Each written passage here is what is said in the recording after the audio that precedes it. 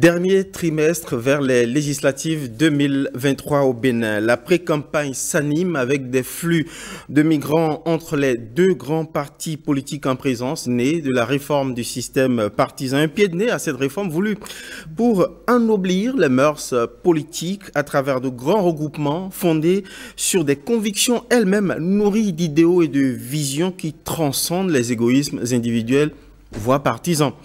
Le spectacle de transhumance réciproque entre le parti Bloc républicain et le parti Union progressiste Le Renouveau incite à quelques semaines du rendez-vous électoral à croire que la vertu prônée par la réforme est reniée par les partis qu'elle a générés dans sa majorité puisque, sauf visiblement Mouel Bénin, les dénonce ouvertement ces mouvements opportunistes.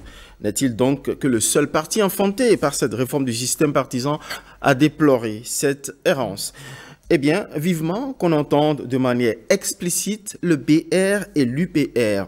À la bonne heure, nous recevons ici sur ce plateau de Focus le secrétaire général à l'information, à la communication, porte-parole du Parti du Cheval Cabré sur Focus. Merci à vous, monsieur Janvier Yarouidéou, de nous faire le plaisir de venir répondre à ces questions fondamentales que j'ai posées dans mon introduction et bien d'autres encore liées aux préparatifs, aux élections législatives, notamment les remous suscités par la liste électorale informatisée, outil clé de l'élection. Alors, c'est vrai qu'on voit, inutile de vous demander comment vous préparez sur le terrain, on voit les descentes sur le terrain, les prises de contact avec l'électorat pour réchauffer les militants, potentiels électeurs. Mais, dernière actualité en date, parlant des préparatifs aux élections, la Sénat a des soucis, ou plutôt Mouel Bénin a des soucis avec la Sénat, puisque Mouel Bénin a fait un recours constitutionnel contre la Sénat sur justement les dispositions liées aux conditions de participation. Mouel Bénin parle d'incohérence et voilà, souhaiterait que le juge constitutionnel tranche la question pour éviter les fameuses erreurs mineures. Vous avez les mêmes préoccupations? Je dirais... La préoccupation de Mouel Bénin est légitime parce que lorsque les questions d'interprétation ne sont pas correctement réglées, par la suite, c'est des complications. Et effectivement, on parlera d'erreurs mineures ou autres. Et il revient, à mon avis, c'est pas nous de juger, il revient à la Cour constitutionnelle, à ce stade de la démarche, de trancher, de nous dire qu'est-ce qu'il faut faire, notamment sur les questions de qui va signer tel document, qui revient à la Sénat de nous donner cette précision. Donc, on rappelle, pour rappel, que Mouel Bénin incrimine la Sénat d'interpréter les dispositions fixant les conditions de participation, notamment la production de pièces administratives telles que l'acte de naissance, en précisant que ces actes devaient être signés par une autorité locale, le délégué, le chef de quartier ou le maire, alors que Mouel Bénin considère qu'il y a de nouvelles évolutions, une nouvelle autorité de tutelle administrative qui devra, au terme des efforts de modernisation des actes d'état civil, signer ces pièces. Donc, sur ce, moi je pense qu'il vaut mieux laisser la Cour constitutionnelle juger et trancher. C'est plus simple. Alors comment vous préparez vos militants à cette échéance qui arrive déjà par rapport à la constitution des listes? C'est vrai, c'est des cuisines internes, mais vous avez une obligation, un impératif constitutionnel au terme de la dernière réforme qui élève le niveau d'équité de la participation des femmes à la vie politique, 30% de fixé aux partis politiques. Est-ce que ça se prépare, le respect de cette obligation? Tout à fait. Vous savez, le Bloc républicain a commencé par se préparer, ça fait depuis janvier 2022, et avec toute une démarche de mise en place de groupes de réflexion, des groupes internes de travail. Et le Bloc républicain a quand même une idée assez claire sur sa stratégie pour participer à cette élection de façon efficace. Et nous avons lancé, depuis le 14 septembre, un appel, et ça a été fait par le bureau politique, signé par SOSGN, pour que tous les candidats potentiels s'inscrivent, et ce, au plus tard le 30 septembre. Vous comprenez déjà le degré de démocratie au Bloc républicain. Et suite à ces inscriptions, je dirais, depuis la base, nous ferons l'effort donc de choisir les meilleurs candidats pour nous représenter à ces prochaines élections. Donc c'est tout un processus. C'est tout un processus, et parce que nous comptons confectionner la meilleure liste possible. Nous ambitionnons de devenir la première force politique du Bénin. Tous ces regroupements que vous voyez ne sont que des géants au pied d'argile. Le Bloc républicain, c'est un parti de masse. C'est un jeune parti politique qui, en très peu de temps, fait des merveilles. Le Bloc républicain, c'est le réel parti politique issu de la réforme du système partisan. Parce que si je prends d'autres, c'était des anciens partis politiques déjà soudés sur le terrain qui existaient. Mais le Bloc républicain est né de la réforme du système partisan et fait son petit bonhomme de chemin et fait des merveilles. Nous avons eu plus de 930 000, par exemple, électeurs aux dernières communales, contre 400 et quelques aux législatives. Ça fait une différence de plus de 500 000 voix. C'est une montée en puissance. C'est une montée en puissance. Et chaque jour que Dieu fait, c'est des adhésions. C'est des adhésions en masse sur la base. Le Bloc républicain aujourd'hui est l'un des rares partis politiques à avoir ses structures décentralisées à la base, sur toute l'étendue du territoire national. Ouais, vos concurrents feront la même prétention. Oh, vous savez, nous n'avons pas du tout peur. Lorsque nous entendons il y a démission au Bloc républicain, nous, à l'interne, nous rions. Parce qu'il n'y a pas de démission véritablement nouvelle. On va revenir sur la question des démissions des mouvements transhumants. Mais sur la question de votre ancrage, en fait, de la puissance que vous revendiquez, la place que vous revendiquez au BR, j'imagine que c'est légitime et que c'est des éléments de langage politique et partisan. Même enfin, votre vis-à-vis, celui qui est en face de vous, qu'on taquine gentiment comme votre jumeau aussi à moi, je peux parler de l'UPR. Les faits sont là. Et le parti qui a le plus grand nombre de députés pour le moment. Vous savez, lorsque je disais que le Bloc républicain est né en décembre 2018. Décembre 2018. Et est allé aux élections législatives donc en mars 2019. Et en moins de 4 ou 5 mois d'existence, ce parti arrive à faire quand même 37 députés. Vous imputez à sa jeunesse le mérite de cette performance, en fait. Donc, non, mais à mon avis, c'est beaucoup. C'est beaucoup pour un jeune parti politique. Et qui, très peu de temps après, fait une progression de 500 000 voix. Vous voyez? Vous considérez que ce mouvement serait irrésistible? Mais c'est irrésistible. Le Bloc républicain est le parti politique le plus attractif. Et comment vous faites justement pour réussir? Parce que dans ce parti, c'est la démocratie. Vous voyez un militant parler facilement au patriarche de l'autre côté. Mais ici, on vient, on s'adresse aux SGN, c'est la démocratie, on est d'accord, on n'est pas d'accord, on le dit.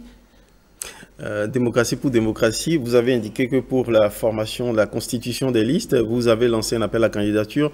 Oui, on comprend qu'il y a comme une sorte d'esprit d'émulation, de compétition, mais cela n'exclut pas qu'en dernier ressort, il y ait peut-être des cooptations, puisque je suppose qu'il y a des jurys qui vont dépouiller les dossiers de candidature et siéger, et on sait comment ça se passe. Ce n'est pas un concours de la fonction publique. Non, vous savez, tout parti politique s'organise pour gagner. Bien sûr. Alors, on ne vous connaît pas dans votre région et du jour au lendemain, vous dites que vous voulez être candidat. Il y a des enquêtes qui se font sur le terrain. Nous avons le temps de faire tout ça et pour avoir quand même la meilleure liste. Pour juger, on ne s'en va pas. L'assise du candidat, c'est ça? Oui, l'assise du candidat. Tout ça, ça va être fait par certainement des commissions qui vont faire l'étude de dossier. Mais c'est clair que les meilleurs seront... Nous voulons gagner. Comprenez, monsieur le journaliste. On imagine bien. Comprenez, nous voulons gagner. Donc, nous ne pouvons pas nous permettre... Vous n'avez pas été créé pour admirer la mer à Cotonou. Non. Donc, nous voulons gagner. Donc, nous mettrons sur la liste... Quand je dis nous, ce n'est pas moi, mais je parle du parti. Nous mettrons sur la liste ces meilleurs chevaux. les chevaux gagnants. Alors, parmi les meilleurs, il est question que vous aligniez au moins 30% des femmes, quand on sait tout ce qu'il y a comme inertie au positionnement des femmes en politique au Bénin. Comment est-ce que vous comptez réussir le pari? Y a-t-il suffisamment dans vos rangs assez d'élites féminines pour être positionnées et comprises, soutenues derrière par leurs hommes? De la première circonscription électorale jusqu'à la 24e, le Bloc républicain a suffisamment d'éléments pour offrir une liste convenable et potable. Exemple. Vous savez, si je prends la législature actuelle, le Bloc républicain a 4 femmes députées, actuellement. Et contre, je crois, une ou deux de l'autre côté. Donc, ça fait longtemps que nous sommes prêts pour, vous savez, faire émerger les femmes, faire émerger les jeunes. C'est dans votre ADN? Ça fait partie du combat du Bloc républicain au quotidien. Au quotidien.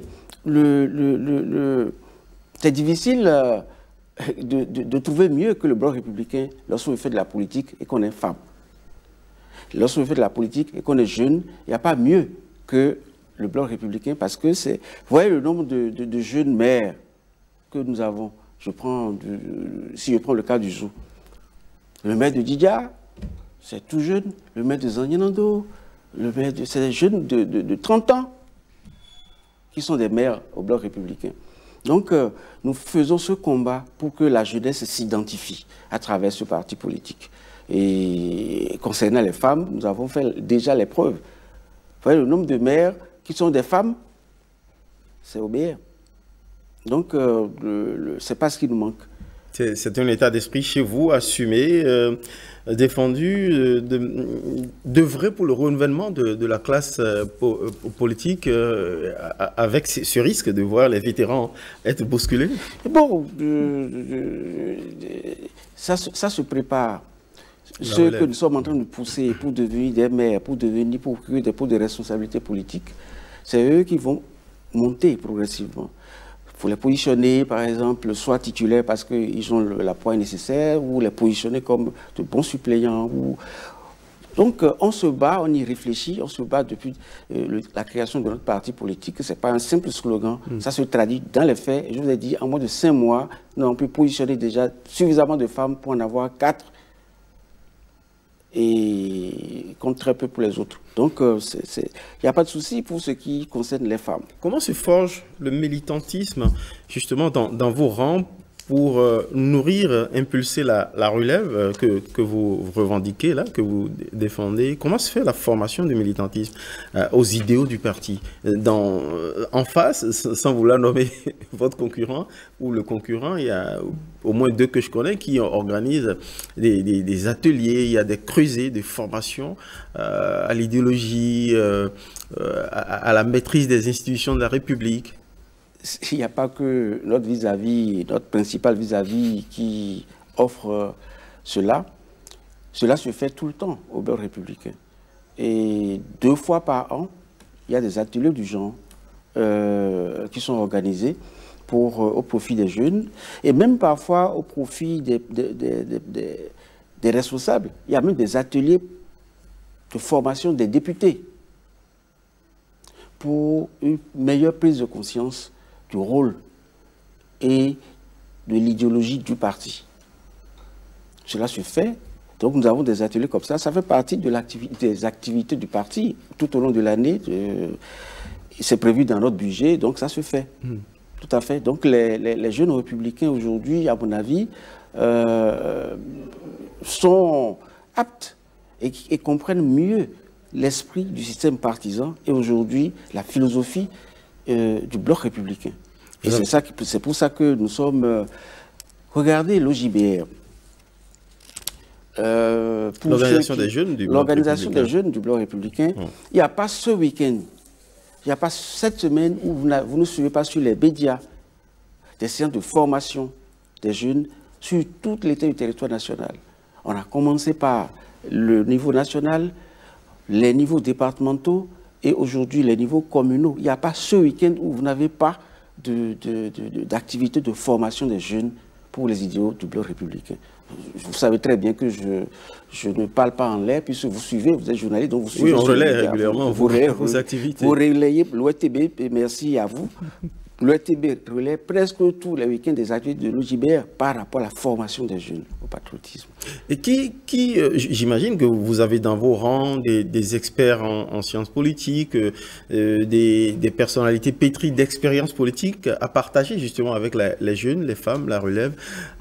Mais est-ce que vous, à la faveur de vos universités de vacances, d'immersion dans l'idéologie, les idéaux du parti, les fondamentaux de la République, est-ce que vous convoquez des experts extérieurs au parti, justement des sachants, pour nourrir l'esprit justement de vos militants? Les premiers experts, c'est ceux qui connaissent la philosophie du parti. Ouais. Il n'y a pas une expertise, disons, d'école. C'est la pratique. Lorsque vous prenez le bord républicain qui a sa philosophie, être républicain, c'est quoi? C'est d'abord avoir l'esprit libéral. C'est-à-dire, le développement chez nous passe par le développement des entreprises. On encourage la jeunesse à créer. À l'initiative. À l'initiative. Et non du socialisme. Alors, c'est à travers, selon nous, c'est à travers cette philosophie que nous pouvons construire et développer le pays. Donc, les gens disent facilement, oui, ils sont les mêmes, c'est des frères. On va revenir là-dessus. Ça n'a rien à voir. On va revenir là-dessus à la faveur, justement, d'un mouvement transhumant qui vont dans les deux sens entre les deux principaux partis, le BR et l'UPR, comme je l'ai indiqué. Justement, vous avez parlé de formation de vos militants, à l'esprit du parti, aux idéaux du parti, mais il n'échappe à personne. L'actualité est animée par, justement, des démissions. Votre parti subit cette sorte de saignée de militants qui quittent, justement, le BR, votre parti, pour aller vers votre vis-à-vis l'UPR, qui pourtant n'a pas la même ou n'affiche pas la même idéologie que vous. Alors, question, on est en pleine crise de conviction. Comment se fait vos formations littéralement ont failli alors?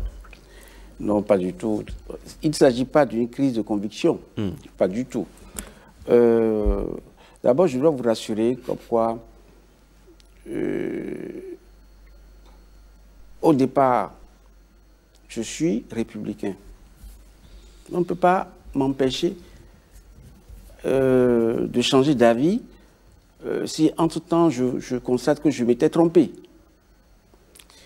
C'est peut-être pas sain, si vous voulez, mais je peux changer d'avis. C'est possible. Et on peut changer d'avis sans se désolidariser en fait de son cocon originel où on est pétri d'un idéal qui constitue quand même une sorte de conviction centrale, une sorte de vision de la société. Tout à fait. Et puis, lorsque vous avez dit quelque chose qui m'a un peu choqué, vous parlez de démission massive, mais pas du tout.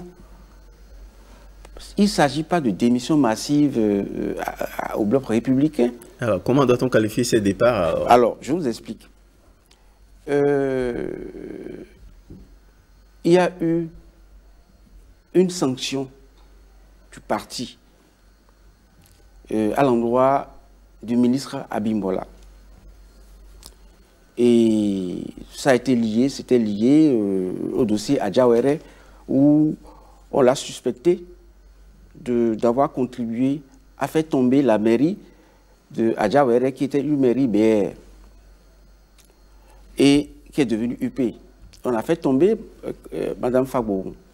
Alors, le bureau politique a décidé de sanctionner le ministre Abimbola. Il était sous le coup donc de la sanction lorsque devait intervenir un remaniement ministériel. Je fais peut-être de la surenchère, mais curieusement, c'est à la veille de ce remaniement qu'il a démissionné. Parce que certainement craignant que si le chef de l'État prenait l'avis du parti, sachant qu'il est sous le coup d'une sanction, que le parti ne le soutiendrait peut-être pas. Je ne sais pas si c'est ça, mais je pense que ça pourrait être ça. C'est donc à la veille du remaniement qu'il a déposé sa démission. Ça fait 1 an que le ministre Abimbola a démissionné du bloc républicain. Ça fait 1 an. Alors, et ça fait 1 an. Et curieusement, c'est la veille des élections qu'on en fait tout un tas d'histoires. N'oubliez pas également que le ministre Abimbola, numéro 2 du bloc républicain à l'époque, a été bien placé pour certainement soutenir des proches à lui pour être candidat aux élections. Alors, vous convenez avec moi qu'après son départ, que ceux-là qu'il avait soutenus le suivent. Il n'y a rien de sorcier dans cette démission. Donc, que ce soit des responsables. Mais il a observé que c'est justement à l'approche des législatives qu'il affirme son engagement, son adhésion à votre adversaire, le plus intime, est suivi justement par cette cohorte de militants qui lui sont fidèles. Ce n'est pas anodin. Non, pas cohorte. Ce n'est pas anodin. Cohorte, c'est trop dit. Vous avez suivi pas mal de meetings dans le plateau de soutien au bloc républicain. Il est parti avec quelques-uns, mais les gens continuent. Et si le bloc républicain...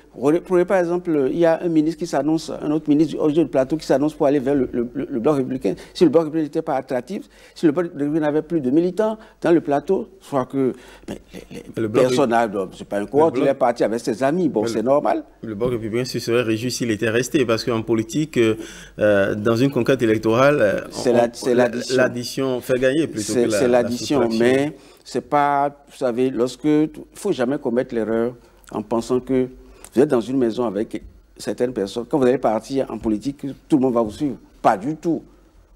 Pas du tout. Parce que les gens ont déjà pris goût au bloc républicain. Ils sont jeunes. Ils savent qu'en restant au bloc républicain, ils sont sûrs d'être positionnés un jour. Ils sont sûrs de ci, de ça, d'avoir un nom. Donc c'est clair pour moi que c'est un risque que les gens ont pris et ils vont assumer ces risques-là. Tout simplement. Autant ceux qui sont partis, qui ont quitté vos rangs, qui ont rompu vos rangs et qui sont partis vers les partis concurrents, selon vous, auraient peu de chances de se frayer un chemin, de se hisser.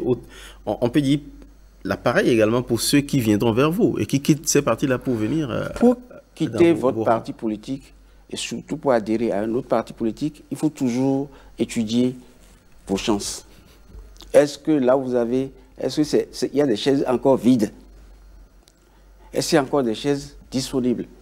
Si vous n'avez pas cette assurance, que vous prenez le risque, vous jetez à l'eau, vous prenez de gros risques. Mais ça, c'est un mauvais signal que vous donnez à ceux qui rompent les rangs de l'autre côté, d'en face, ils viennent vers vous. Non, pas du tout, parce que ceux qui viennent, nous avons nos langages, nos éléments de langage, de sincérité. Au bloc républicain, ne faisons pas la politique politicienne. Mais comment vous les accueillez? Quelle place vous leur réservez à ceux qui rompent les rangs qui viennent? Ceux qui viennent, nous nous entretenons avec eux pour savoir quelles sont les chances.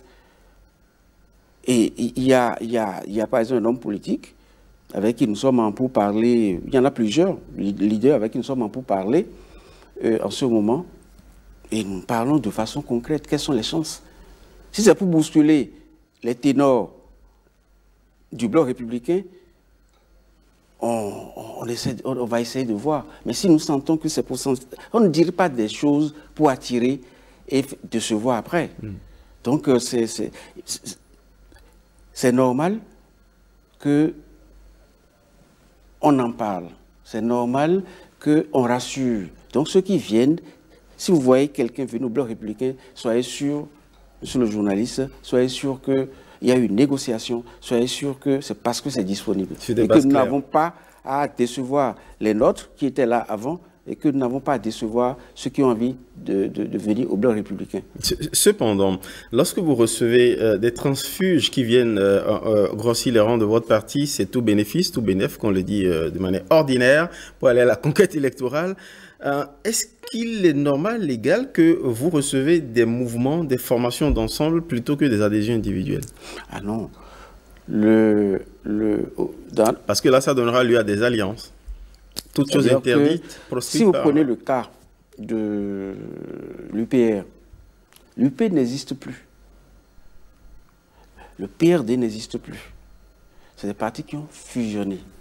Ils ont respecté totalement la loi. Au niveau du bloc républicain, on ne vient pas au bloc républicain avec un parti. On vient au bloc républicain en tant qu'individu. Et l'adhésion au bloc républicain est individuelle et la démission du bloc républicain également est individuelle. Donc,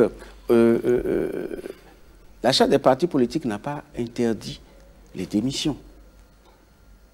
Non, pas du tout. Mais des alliances opportunistes à la veille des élections? Non, ces alliances prennent la forme de nouveaux partis politiques. Le cas concret, c'est le cas donc, de l'UPR. Donc, c'est possible. Et ça se dessine aussi du côté du BR? Non, pour l'instant, en tout cas, nous n'avons... si je prends le cas de l'UDBN, on ne voulait pas fusionner pour faire un nouveau parti politique. On était dans un processus d'avaler, disons, l'UDBN. Et on garde le nom Bloc républicain. On était d'ailleurs, parlant de l'UDBN, on était en plein processus lorsque, bon... Mais faisant ici, en fusionnant totalement l'UDBN sans changer de nom au parti, vous tombez finalement sous le coup de la proscription, de l'interdiction fixée par la charte. Finalement, c'était un ensemble qui aura fusionné, qui aura fait alliance avec vous. Non, c'est une fusion. On peut fusionner et garder le même nom. C'est pas interdit. Là, vous frustrez votre... Non, pas du tout. C'est une question, disons, de rapport de force sur le terrain. Le BR, c'est un grand parti politique.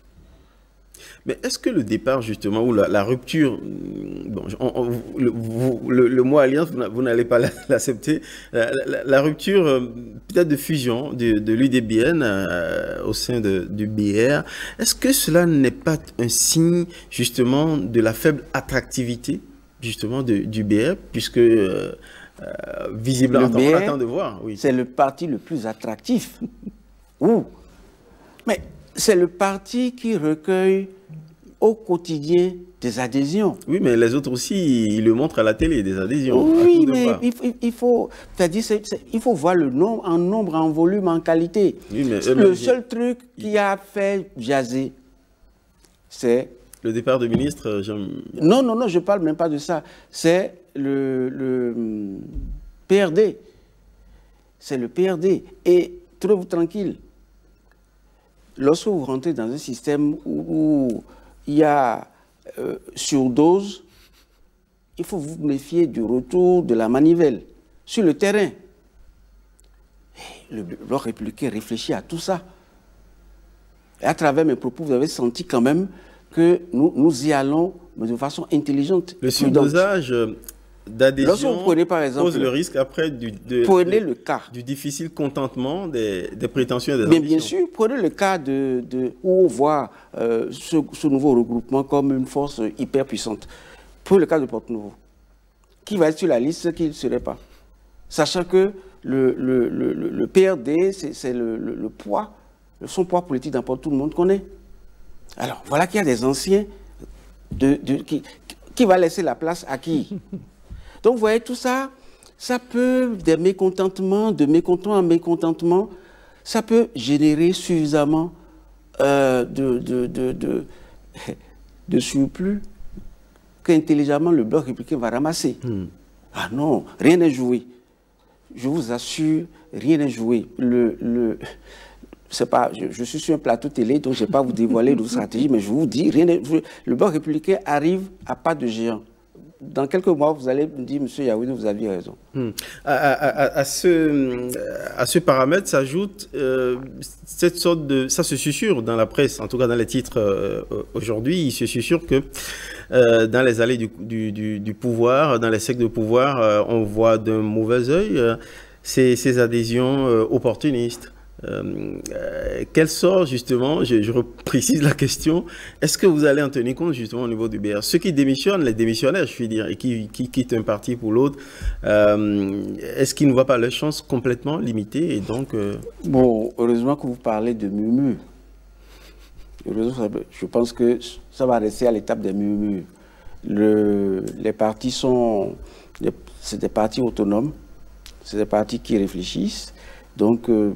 je n'ai pas à me prononcer sur des murmures. Mais en même temps, je pense que chaque parti s'organisera pour offrir ses meilleurs candidats aux compétitions.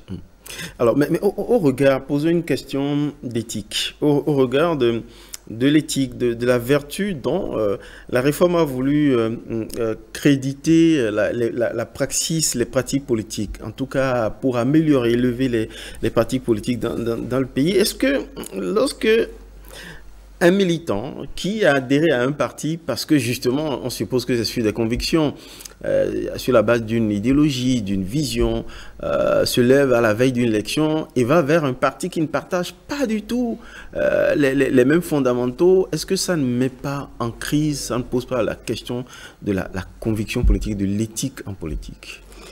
Ça ne gêne pas, ça ne vous gêne pas dans les grands ensembles là? Vous savez, même dans les pays dits qui nous ont enseigné la démocratie, on observe ça. Vous avez vu des cas en France, par exemple, à l'arrivée du président Macron, où de fortes personnalités de droite ou de gauche ont changé de veste. Et ce n'est pas parce que la démocratie n'est pas en marche dans ces pays-là. Non. Ça arrive. Ça arrive que pour des raisons, disons, de survie politique parfois. Là, le mot n'est pas trop fort. Les gens font ces gymnastiques-là. Mais ça ne met pas du tout en branle, disons, l'esprit de ces partisans. Non.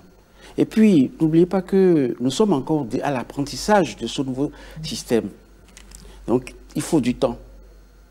Il faut du temps pour que ça se stabilise.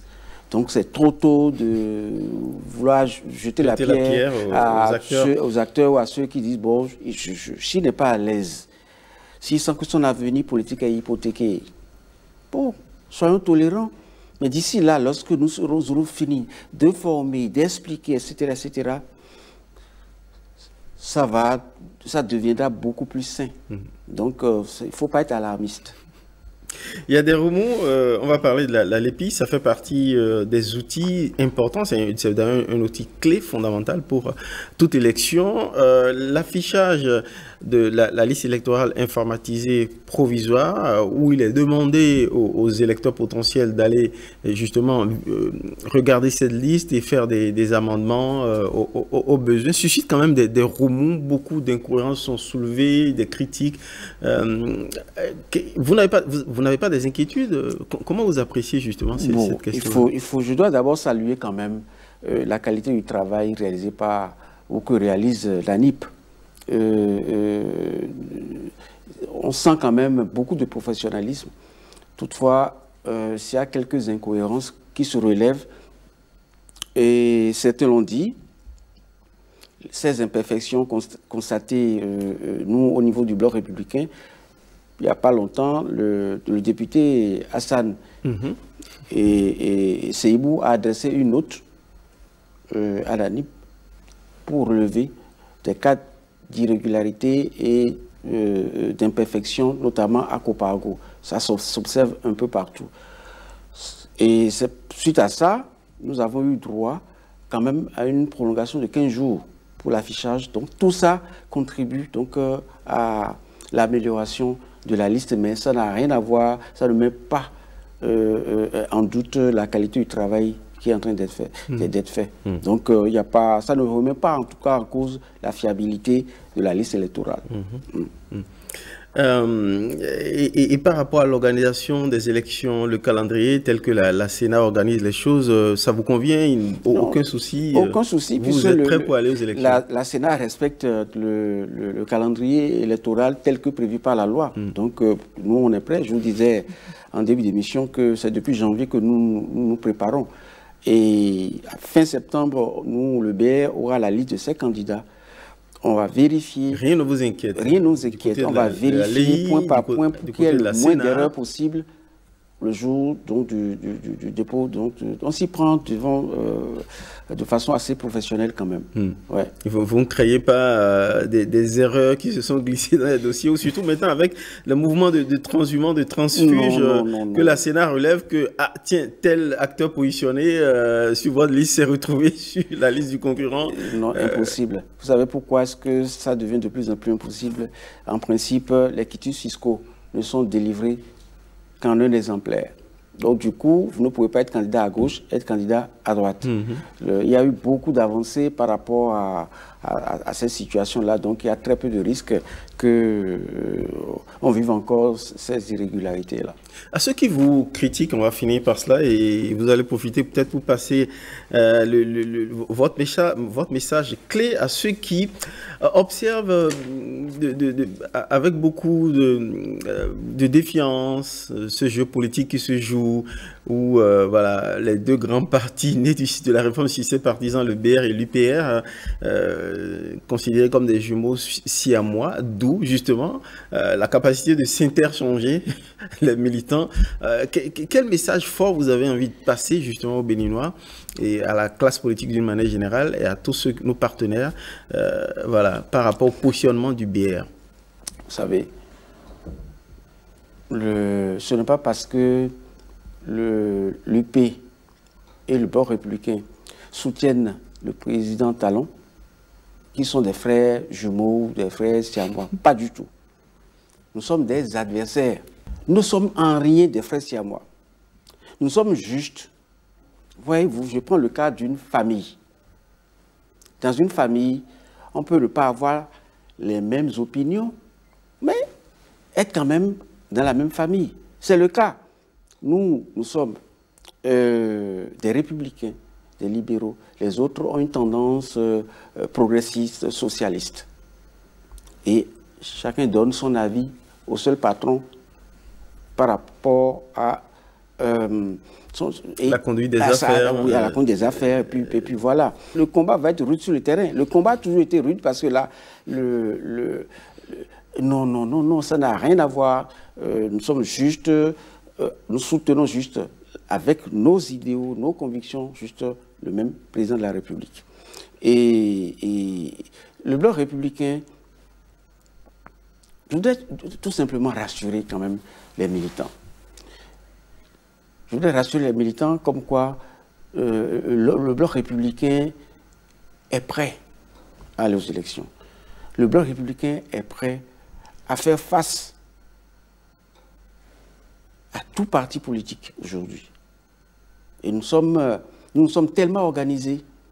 Vous savez, il faut vous méfier de ceux qu'on pressente faibles. Lorsque vous présentez quelqu'un faible, vous courez de grands risques. Parce que celui qui a envie de gagner, il réfléchit plus. Il réfléchit plus, il analyse plus, il prend beaucoup plus, il tient beaucoup plus compte des erreurs de son challenger pour pouvoir le faire tomber. Mais celui qui pense qu'il est très fort fait moins attention. Nous, au Bloc républicain, nous sommes dans une position de nous battre et gagner. Je rassure donc les militants et les militantes du Bloc républicain et le peuple béninois qu'aux prochaines élections, le Bloc républicain aura à faire une campagne saine, mais une campagne gagnante dans le respect des partis que nous aurons en face de nous. Une campagne saine, une campagne gagnante. On voit justement cette résolution à la gagne du côté du BR, que justement ses adversaires, en tout cas son principal adversaire sur le terrain, bouscule. Il faut donc faire attention au BR qui risque de créer des surprises. On croise les doigts, on attend pour voir. Merci. Parole du porte-parole justement du BR, Janvier Yahouléou, que nous recevons sur Focus pour parler des préparatifs des législatives et surtout de ces mouvements de transhumance qui se développent ces temps-ci à la veille de l'élection prochaine. Merci d'être passé en attendant de recevoir également vos adversaires ici. J'adresse mes salutations aux téléspectateurs et bon dimanche à vous. Merci de nous avoir suivis. À bientôt. À bientôt.